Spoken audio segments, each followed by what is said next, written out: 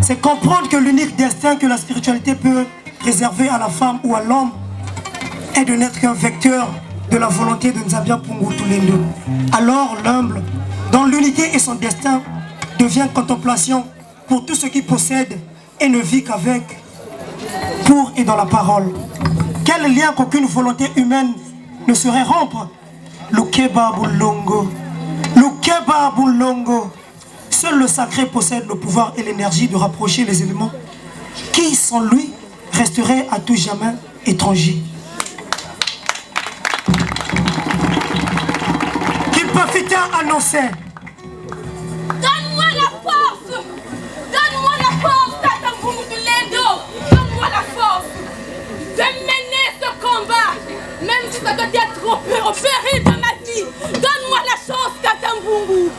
Mon corps se réduit en cendres. Mon corps se réduit en cendres. Mais cela ne doit en aucun cas arrêter la restauration de notre communauté. En effet, ce combat sera continué. Ce combat sera continué, ce combat spirituel.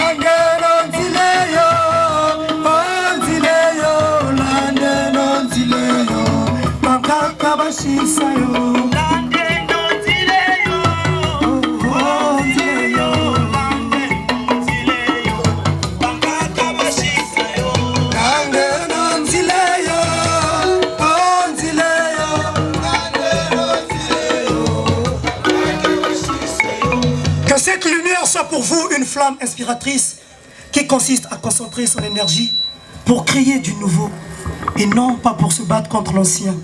Nkasukulu, Nkasukulu, Nkasukulu.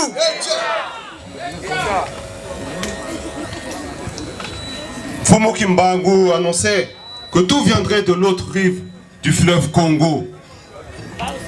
Il avait ajouté que le vent qui secoura le colonialisme viendrait du Congo français. Il savait déjà conjuguer l'humilité avec le respect marié à la joie. Il disait que si l'être humain est éclairé, sa lumière n'est rien humaine. C'est une inspiration venant de nos ancêtres. L'écoute est à la porte unique et indispensable qu'il faut franchir dans la quête de la lumière, dans l'intelligence et l'obéissance en Nzambia Mpungu Tulendo. Allons plus loin, ensemble, car le secret du changement consiste à concentrer son énergie pour créer du nouveau et non pas pour combattre l'ancien. Lombeno. Oh Lombeno Mutadika fuila. Lombeno Mutadika fuila. Lombeno bala. Mutadika fuila.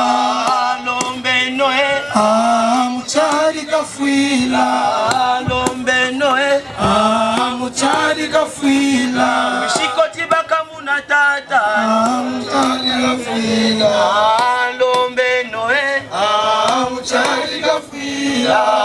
Lombeno Mutadika fuila. Naissance et famille, Fumu Matsua. Sous le nom de Matsua Mangoma, il naquit le 17 janvier 1897 à Lukwa Nzoko, petit village situé derrière Nyanga, dans le canton de Manzakala, sous-préfecture de Mbanzandunga, région du Poul. De son père Ngoma, sa mère Nkusu, Matsua eut 2 garçons, Matsua Mangoma et Malonga Mangoma, de Tikuta. Un autre homme, Nkusu Matsua, eut 2 filles, les sœurs de Mfumu Matsua, Maleka Matikuta et Madieta Matikuta. son enfance.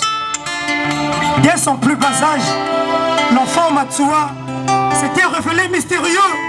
Au dos, il se retournait et restait dos à dos avec celui ou celle qu'il portait. À 6 ans, il aimait se balancer dans un arbre imitant le Ngembo, qui est la recette, pour traverser la Lufulakari. Quand il partait pêcher avec son ami intime, Mbende, Matsuwa faisait glisser une brindille sur l'eau et il surfait dessus en toute quiétude. Ce jour, il piqua une colère et décida de s'en aller chez son oncle pour la Matsuwa qui vivait en Pikambana. Là, il y eut un ami qui étudiait chez le Père du Saint-Esprit à Mbamou. La curiosité de Fumatsuwa fut renforcée par les récits de son ami. Le désir de savoir lire et écrire a poussé Fumatsuwa à aller s'inscrire à l'école où il fut baptisé sous le prénom d'André à l'école.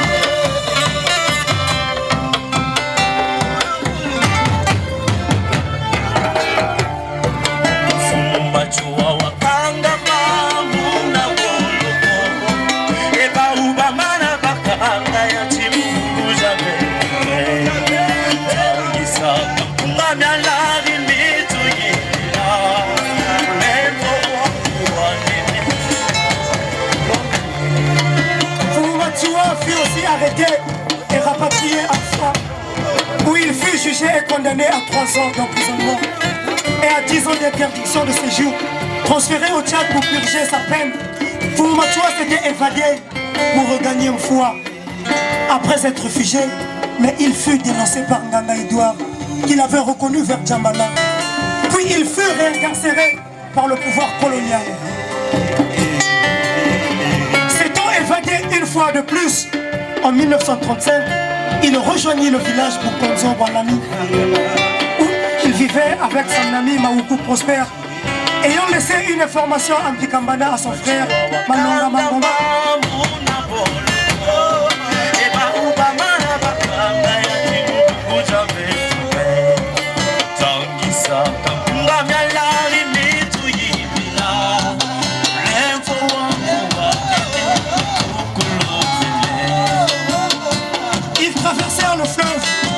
Fumatsuwa revenait en France sous le nom de Mbemba Lukeloke Fukisi. En 1939, il s'était de nouveau enrôlé dans l'armée française. Blessé au front, il revint se faire soigner à l'hôpital militaire de Beauchamp, où il fut arrêté le 3 avril 1940. Fumatsuwa fut de nouveau rapatrié et le pouvoir colonial l'exhiba dans toutes les contrées où il comptait des partisans afin de discréditer. Mais cette manœuvre maladroite ne fit que renforcer la foi de ceux qui croyaient en lui.